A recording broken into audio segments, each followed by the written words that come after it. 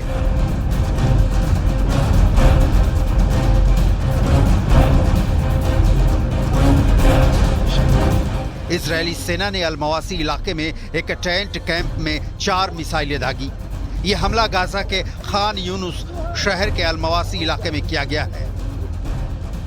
Gaza के खान यूनुस शहर में जिस जगह को निशाना बनाया गया, ये वही इलाका है जिसको इजरायली सेना ने युद्ध शुरू होने पर सुरक्षित इलाका बताया था, जिसके बाद हजारों फिलिस्तीनियों ने यहाँ शरण ली थी। लेकिन अब यहाँ के हालात कुछ और ही हैं। हमले से 20 टेंटों में आग लग गई। हमले के बाद अब इजरायली सेना का बयान भी सामने आया है। खान यूनुस में हमास के कमांड सेंटर को निशाना बनाया था। अंदर हमास के आतंकवादी काम कर रहे थे जिन पर हमला किया गया है।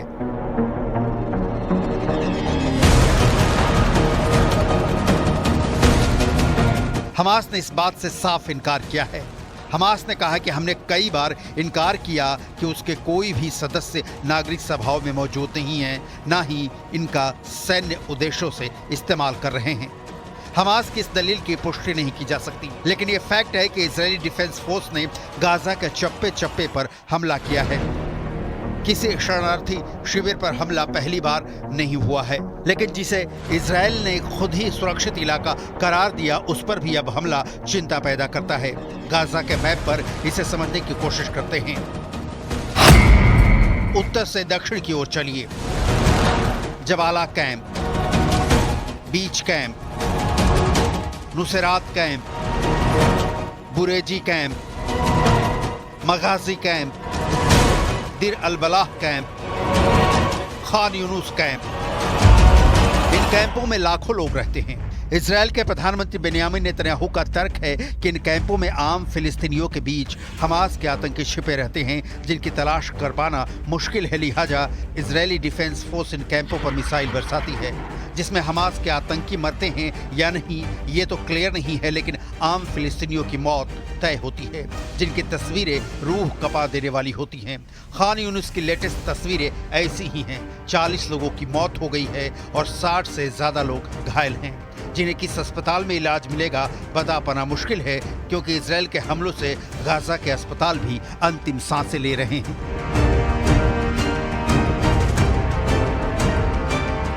जंग की वजह से गाजा की करीब 23 लाख की आबादी में से लगभग 90% लोग विस्थापित हुए हैं। ना पीने के लिए शुद्ध पानी है, ना भोजन है, ना ही इलाज की व्यवस्था बच गई है। लेकिन ना हमास ही हथियार डाल रहा है और ना ही नेतन्याहू को रहम आ रही है। नेतन्याहू तो अब भी वही कह रहे हैं जो 11 महीने पहले जंग शुरू करने के दौरान कह रहे थे कि अंतिम हमास आतंकी के मारे जाने तक हमले रुकेंगे नहीं। उसके बाद से गाजा में मुकम्मल कुछ भी नहीं बचा है। अमेरिका, ब्रिटेन, जर्मनी से लेकर तमाम अंतर्राष्ट्रीय संगठन नेतन्याहू से अपील कर चुके हैं कि निर्दोष लोगों की मौत को तत्काल रोकना होगा, लेकिन नेतन्याहू की सेहत पर इसका रत्ती भर भी असर नहीं हुआ है। And of course the UN would be available to support any ceasefire according to whatever the international community would require for us, and if the parties would accept it. And the ceasefire is an absolute must. As I said, the level of suffering we are witnessing in Gaza is unprecedented in my mandate as Secretary General of the United Nations. I've never seen such a level of death and destruction as we are seeing in Gaza in the last few months. Gaza पर Israeli हमले में अब तक 40,900 से अधिक फिलिस्तीनी लोगों की मौत हो चुकी है। संयुक्त राष्ट्र मानवाधिकार का कहना है कि मरने वालों में अधिकतर महिलाएं और बच्चे हैं। इजरायल और हमास के बीच युद्ध विराम कराने और इजरायली बंधकों को रिहा कराने की कोशिश जारी है। इसमें अमेरिका और मिस्र के साथ साथ कतर भी बेहद अहम भूमिका निभाता रहा है।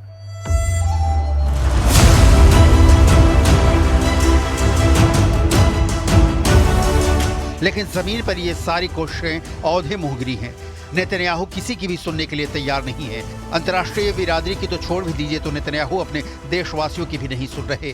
बंधकों की मौत के बाद जिस तरह से इजरायल में विरोध प्रदर्शन हो रहे हैं, नेतन्याहू उन सबको कुचलकर हमास के अंत में इजरायल का उद्धार देख रहे हैं। गाजा की जिन सुरंगों में हमास आतंकियों को चुन चुनकर इजरायली डिफेंस फोर्स मारने का दावा कर रही है, इजरायल के लोग अब कह रहे हैं कि उन्हीं सुरंगों में बंधक इजरायली लोगों को मारा जा रहा है और नेतन्याहू कुछ नहीं कर रहे हैं। गाजा पट्टी में सुरंगें पूरे क्षेत्र में फैली एक विशाल भूमिगत भूल भुलैया है।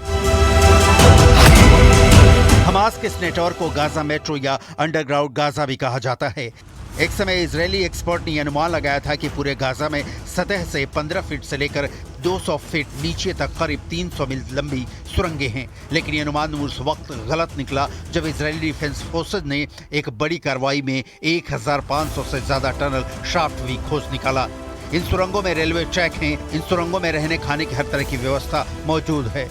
इन सुरंगों से ही होकर हमास हथियार मंगाता है और भेजता है।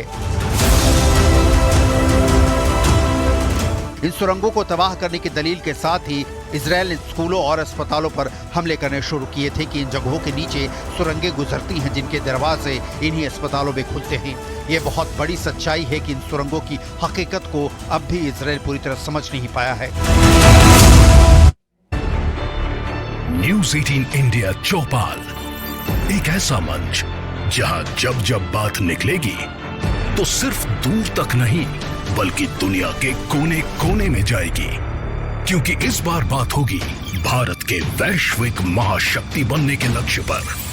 सरकार, समाज, सेलिब्रिटी और स्पोर्ट्स स्टार्स के साथ न्यूज़ 18 इंडिया चौपाल देखिए सिर्फ न्यूज़ 18 इंडिया पर।